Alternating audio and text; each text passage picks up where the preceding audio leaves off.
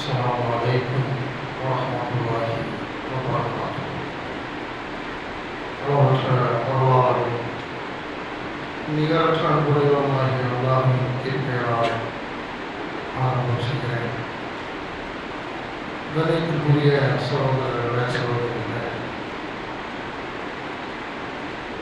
அவர்களுக்கும் ரமலானுடைய மாதத்தில் அசலுடைய துறைக்கு பிறகு நாம் அறிந்து கொள்ள வேண்டிய இன்றைய செய்தியாக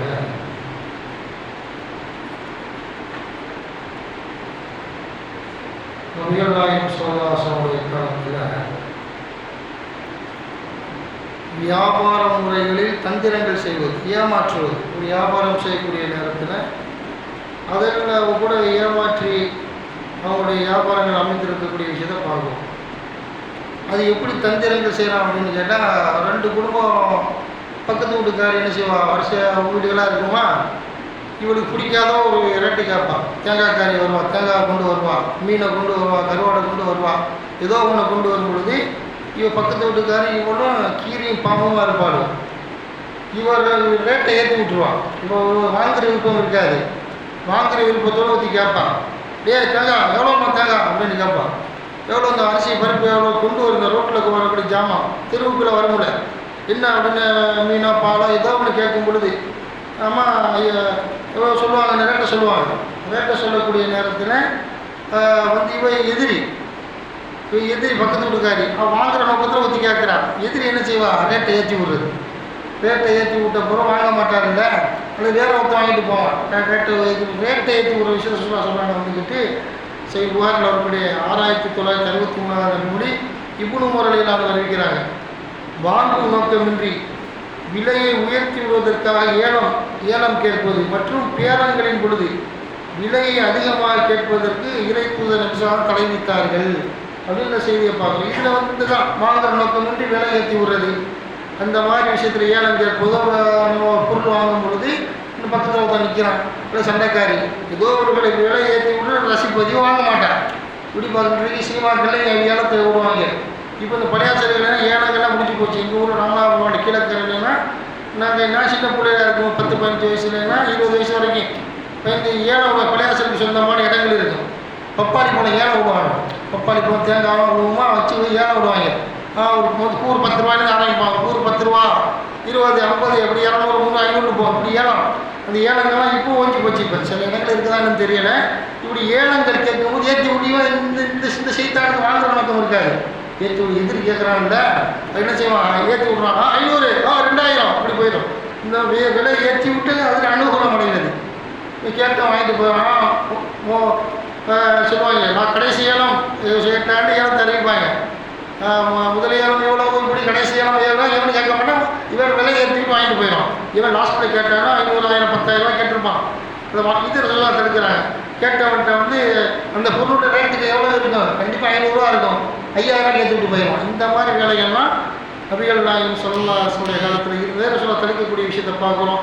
பேரம் பேசக்கூடிய விஷயங்கள் எல்லாம் சொல்கிறாங்க. ஒன்று அது இன்னொரு அதிசயம் என்ன வருது அப்படின்னு கேட்டால், புகாரில் அவருடைய 6964 நபி மொழியாக அப்துல்லா இப்னு உமர் அவருடைய சாமி அறிவிக்கிறார். ஒருவர் போய் கடைக்கு போகும்போது தான் அவர் ஏமாற்றிடுவாங்க வியாபாரிகள். வேறு போய் ஆமகளுக்கு மாதிரி ரேட்டு கேட்பார்.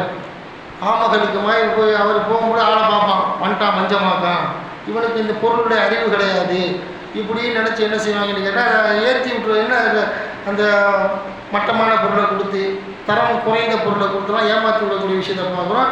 இப்படி ரசூலுல்லாஹி ஆட்கள் ஏமாந்துக்கிட்டு இருக்கிறாரு. சில விஷயத்தில் நம்ம கரெக்டாக இருப்போம், பல விஷயங்கள் அந்த பொருளை பற்றி தெரியாது, அதனால் நம்ம ஏமாந்துட்டு வந்துடுவோம், ரேட்டு தெரியாது. இப்படிலாம் இருக்கும் பொழுது நல்லா மட்டமான பொருளை கொடுத்து சூத்த கத்திரிக்காய் கொடுத்து ஏமாற்றி விட்ருவான். 1 கிலோ கத்திரிக்காய் கேட்டேன்னு வைங்க, ஒரு 1/2 கிலோ நல்லா இருக்குது, அதில் ஒரு 1/4 கிலோ சுத்த கத்திரிக்காய் தீங்கிறத அப்படி ஏற்றி விட்டுருவாங்க, ஏமாற்றிடுவாங்களா. எந்த பொருளாக இருந்தாலும் இப்படி ஏமாறுறாரு. ட்ரெஸ் எடுக்க போகிற சட்டை உருவம் தெரியாமல் ஏமாற்றிட்டு வந்துடுவாங்க. ட்ரெஸ் எடுக்க தெரியாமல் பார்க்க புத்தகம் ஒரு மாதிரி ட்ரெஸ்னால் 10,000 வாங்கிட்டு வருவான். அப்படிலாம் இருக்கிறான். 500,000 ரூபாய்க்கு சூப்பராக இருக்கும், கோடி ரூபா சத்தமாக இருக்கும், அது வாங்க தெரியாது. முட்டா போய் சட்டை எடுக்கும்போது சேலை எடுக்கும்போது சில பேருக்கு உங்களுடைய கில்லாடியாக இருப்பாள், அது வேறு விஷயம். நாம்பளும் மஞ்சமாக்கான போய் ட்ரெஸ் எடுக்கமா பிறநாளைக்கு, அதை பார்த்தாலே செய்யாது, மூத்திரம் கலரில் இருக்கும், அதான் 50,000 வாங்கிட்டு வருவான்.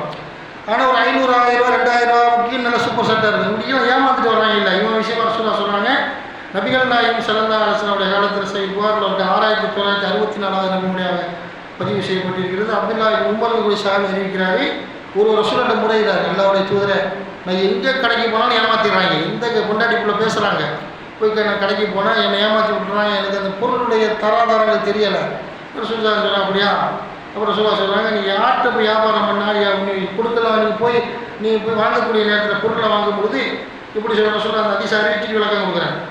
ஒருவர் நபிசாசனத்தில் தாம் வியாபாரிகள் ஏமாற்றப்படுவதாக கூறினார். அதுக்கு நபிசலாசம் அவர்கள், நீ வியாபாரத்தின் பொழுது ஏமாற்றுதல் கூடாது என்று கூறிவிடு, அல்லாஹ் கண்டிப்பாடு என்னை ஏமாத்திடாதீங்க, இவர் காசு பணத்தை கொடுத்து வாங்கும்போது ஏமாற்றி விட்டுறாங்க. அப்போ இப்போ சொல்கிறாங்க முறையிடுவோம் சொல்கிறாங்க, நீ ஒரு மஞ்சமாக காமகருக்காக இருக்கிற, நீ போய் கொண்ட வியாபாரங்கள் வாங்கும்போது சொல்லிடு, நீ ஏமாத்துறாத, நீ என்னை பற்றி வியாபாரத்துக்கு தெரியாதுப்பா, நீ நல்லபடியாக பொருளாக கொடுக்குற, நல்லா கண்டிப்பாக கரெக்டாக வியாபாரம் பண்ணுன்னு சொல்லுமா சொன்ன செய்தியை பார்க்குறோம். நானுமே அப்படி சின்ன பிள்ளைங்கம்மா போக மாட்டேன், இது மீன் வாங்கணும். நான் 15-16 வயசு பருவத்தில் மீன் மார்க்கெட்டில் பெரிய மார்க்கெட்டு கிழக்கரில் ஏமாற்றிடுவாங்க, மீன் வாங்க தெரியாது எனக்கு. மீன் பெரிய பெரிய மீன், சீனா மீனில் வஞ்சா மீனில் இருந்து சின்ன மீன் குட்டி மீன் வரைக்கும் திட்டம் ஏமாற்றி விட்டுருவான். அப்போ வீட்டில் அத்தை கூப்பிட்டு சொல்லுவேன், டேய் அடுத்ததில் போகும்போது எங்கள் வீட்டில் திருப்பி அனுப்பிடுவாங்க, மீன் இன்னும் தேங்காய் வாங்க தெரியாது, தேங்காய் எந்த பொருளும் எங்கள் அம்மா திருப்பி அனுப்பிடும், உலகா தங்கம்பேன்.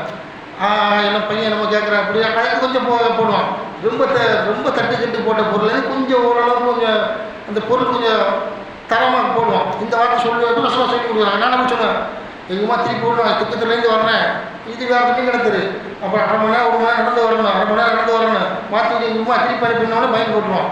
அந்த மாதிரி சொன்னாங்க, நீ வந்துக்கிட்டு ஏமாறுறே இல்லை, அவன் சொல்லிவிட்டா எனக்கு இந்த பொருளை பற்றி தெரியாது, நீ கரெக்டாக என் பொருளை கொடுத்துருப்பான், நான் காசு தர்றேன், நல்லா கண்டிப்பாப்பா. முஸ்லீம் வியாபாரி தான் சொல்லணும், நல்லா கண்டிப்பாக நரகத்தில் போட்டுருவான்.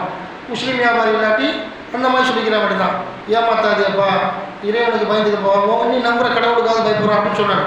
இப்படி விஷயத்தை ரசூலுல்லாஹி அதிசயம் வாயிலாக தெரிஞ்சுக்கிறோம். இப்படி வியாபாரத்தை பொறுத்த வரைக்கும் நபிகள் அதை சொல்ல இறுதியாக ரசூலுல்லாஹி சொல்லலாம்.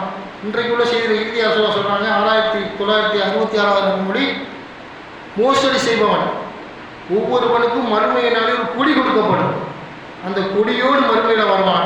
இவன் மோசடிக்காரன், நிலத்தாபகரிச்சவன கொடி ஒட்டியிருக்கும், அடுத்தவன் சுத்த ஆட்டையை போட்டவன கொடியோடு வருவான், இந்த பொருளை ஏமாத்துறவங்க கொடியோடு வருவான்.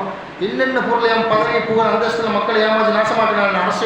அரசியலில் இருந்து குடிமக்களுக்கு நோயினை கொடுத்தாங்கல்ல, இந்த சைத்தான்கள்லாம் இன்றைக்கு பெட்ரோல் விலை உயருது, சிலிண்டர் விலை சிலிண்டரே இல்லைங்கிறான். இப்படியெல்லாம் இந்த அமெரிக்கா சைத்தான், இஸ்ரேல் சைத்தான் ஒன்றா நம்ம ரவுடிகள் கூட்டம் இன்றைக்கு அடி வாங்கிட்டு இப்போ பம்பி போயிட்டான், காலில் விடுவான், மன்னிச்சுக்கிறீங்கிற அளவுக்கு மன்னிச்சுக்கிறேன்னு கேட்குறான் ட்ரம்ப் பைக்காரன். அந்த மாதிரி பார்க்குறோம் அப்படி சொன்னால், இப்படிலாம் மக்கள் மத்தியில் தேவையில்லாத சண்டை. அவனுக்கு ஈரானோடு போட்டு ஈரான் அடித்து பின்னி எடுக்கிறான், செருப்பாடு அடிக்கிறான், அதை செருப்பாடு வாங்கிட்டு போயிடறான். அணுகுண்டு மலையை போட்டு இஸ்ரேலே இல்லை, இப்போ செத்து போயிட்டாலும் இருக்கிறான்னு ஆய்வு பண்ணுறாங்க. இப்போ கரெக்டாக இஸ்ரேல் பிரதமர் பெஞ்சமின் நெதன்யாஹு இருக்கிறான், இவன் வீட்டில் போட்டான் இருக்கிற இல்லத்தில், அவன் தம்பி செத்து போயிட்டான், அண்ணன் தம்பி செத்து போயிட்டான், இவன் செத்து போயிட்டானான்னு மேற்கத்திய ஊடகங்கள்லாம் என்ன செய்யறானுவான் சொல்லிக்கிட்டு இருக்கிறாங்க. இப்போ அது ஒரு பேச்சு பொருளாக இருக்குது. இப்படியெல்லாம் மக்கள் நோய்படுத்துகிறாங்க சைத்தான். இந்த மாதிரி சைத்தான்கள் கொடி கொடுக்கப்படும். அநியாயமாக ஆட்சி அதிகாரம் இருக்குது, நீ தான் தலைவர், நீ தான் நாட்டின் ஜனாதிபதின்ட்டு அதிகார துஷ்பிரயோகம் பண்ணியான அயோக்கியர்களை திருட்டு போயிடுவான்னு அவன் கொடி கொடுத்து வருவான். உலகத்தில் வாழும் பொழுது அப்பாவி நாடுகள் மீது குண்டு போட்டு பொதுமக்கள் நாசமாக்கின அயோக்கியன்னு சொல்லி கொடி கொடுக்கப்படும். இப்படி நம்ம கொடி கொடுத்து அவன் சொந்தத்துக்கு அனுப்புவான், அடித்து நரகத்தில் கொண்டு போய் தள்ளப்படும். உப்புறம் இழுத்து நரகத்தில் போகக்கூடிய கேடு கெட்ட வர குற்றம் ரசூலுல்லாஹி சொல்கிறாங்க. கெட்டவனை பற்றி ரசூலுல்லாஹி சொல்கிறாங்க, இது மறுமை நாளில் கொடியோடு வருவான், ஒவ்வொரு அநியாயக்காரன் அக்கிரமக்காரங்களாம் வருவான். இந்த எல்லா சைத்தான்களும் அடையாளத்தோடு மறுமை நாளில் ஆதம் நபி காலத்திலிருந்து கடைசி காலம் வரைக்கும் உள்ள மக்கள் வரைக்கும் பார்ப்பான். கொடி கொடுத்து அப்படியே பேனர் வச்சு பேனரோடு வருவான், நான் திருடன், நான் உள்ள மாறி முடிச்சிருக்கேன்னு வருவான். நரகத்தில் இருந்து போய் தள்ளக்கூடிய செய்தி புகாரில் 6966 நபிமுடைய பதிவு செய்யப்பட்டிருக்கிறது. இதை உணர்ந்து கொண்டு இறைவனுக்கு பயந்து வாழ்ந்து வியாபாரத்தில் அல்லாஹ் ரசூல் சொன்ன மாதிரி வியாபாரத்தை செய்து உலகத்தில் வாழ்ந்து மரணிப்போம் என்று சொல்லிக்கொண்டு இன்றைய அஸ்ருடைய பயனை நிறைவு செய்கிறேன். அஸ்ஸலாமு அலைக்கும் வரஹ்மத்துல்லாஹி வபரகாத்துஹு.